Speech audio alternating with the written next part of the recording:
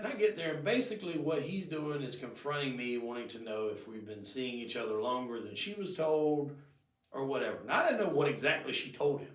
So I didn't want to catch her in a lie. So I was just like, look, at the end of the day, it ain't none of your business. Like, that's still my wife. Y'all might have been seeing each other because we split up. I was like, but it's still my wife. And what we do is our business. But to answer your question, no. Like, we just decided that we were going to get back together. Mm-hmm. And he knew that I wasn't going to feed in to what he was trying to fish for. And so very quickly it went from maybe semi-tense to very odd situation, but 3 dudes hanging out in the garage. Awkward. Yeah, awkward, yeah.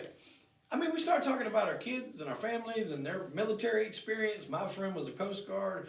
He was Army. They were talking about being in the military. We were talking about sports. I mean, the situation was what it was. We couldn't change it. We were just dealing with it.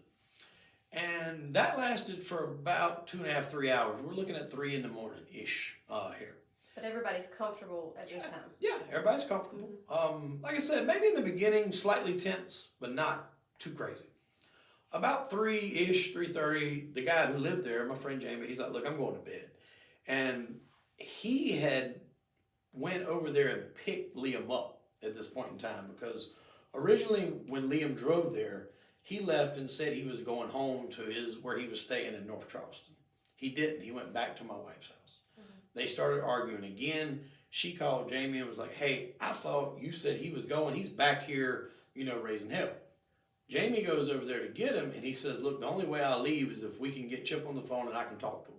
And so he's like, all right, let's do that. We'll go to my house. So he didn't have a vehicle. So when we go to leave, he said, hey, will you run me home? So my buddy looks at me, and he's like, are you cool with that? And I'm like, I'm cool with that. So we get in the car, and he says, if I go home, we're probably going to start arguing again, meaning him and my wife. I said, look, man, I lived with her for, 15 years. I know how it is. And we're laughing. We're laughing about it.